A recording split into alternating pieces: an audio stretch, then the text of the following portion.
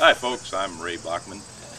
Now if you were an old timer in town, you'd probably say Ray Bockman, because that's kind of how they said it back then. And if you're a Strombeck, it would have been a Stroombeck. But I was born in 1919, graduated from North Webster High School in 1937. Spent a little time around here with my grandfather, John Richardson, who was a real good woodworking skilled guy, and we built some boats. We built right behind the White Front Grocery. We built boats back there in a building you probably might know as the old 80s tackle box. I still own that building. And about the White Front, my brother John and sister Martha ran that right till it was closed. It was actually in the Bockman family for probably a century, but right up to the time it closed, Martha and John were there, and we're all very active in the North Webster Tippecanoe Township Fire Department. Brother Verlin, who's buried right there incidentally, was the fire chief, and some others were too. And Martha wasn't on the force, but she sure did take an active part, because when the fire whistle would blow, she'd run outside the building and stop the traffic so those trucks could get through. And I'm not sure there was a stoplight at that time, but she was very active in that. I always been very fond of North Webster. I raised my family here. I got 3 daughters. I got Sandy and Sherry and Debbie, and they all went to school here. We found it to be a special place. The thing that I liked about North Webster is the woods and the lakes and the nature and the wildlife. I like to hunt mushrooms, pick mushrooms.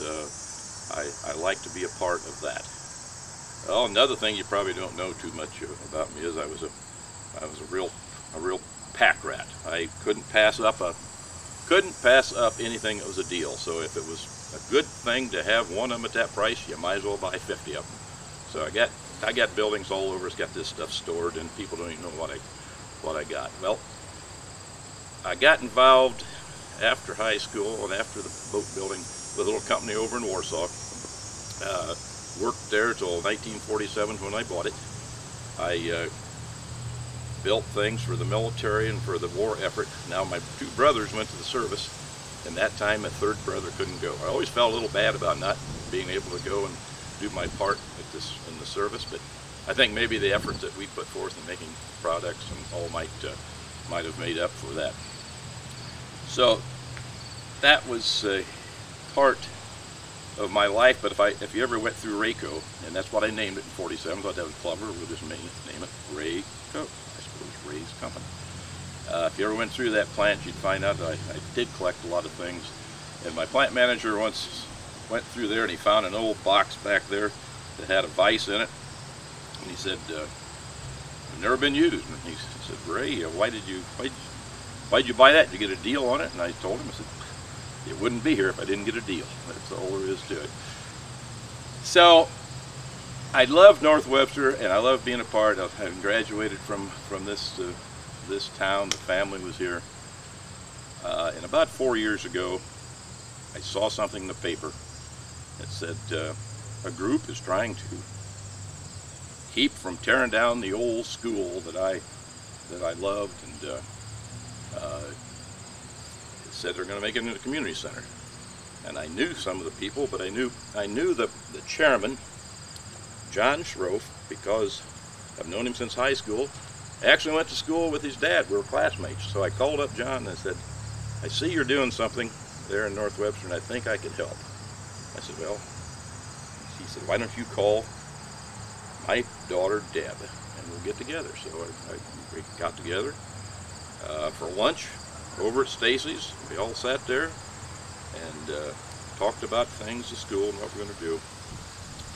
And I think he even bought lunch, so I think that was a good situation. But we met next week over, and I said, "I want to make a tour through that school and see what it was like and when I was there and what it's going to be like."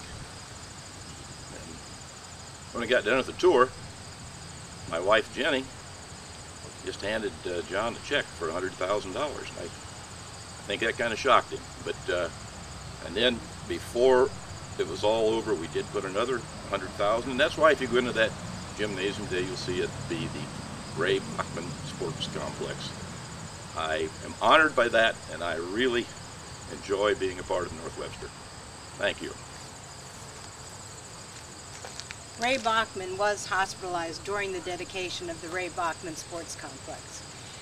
The event was taped and it was taken to him at the hospital and he got to see it. Ray died 4 days later on May 6th.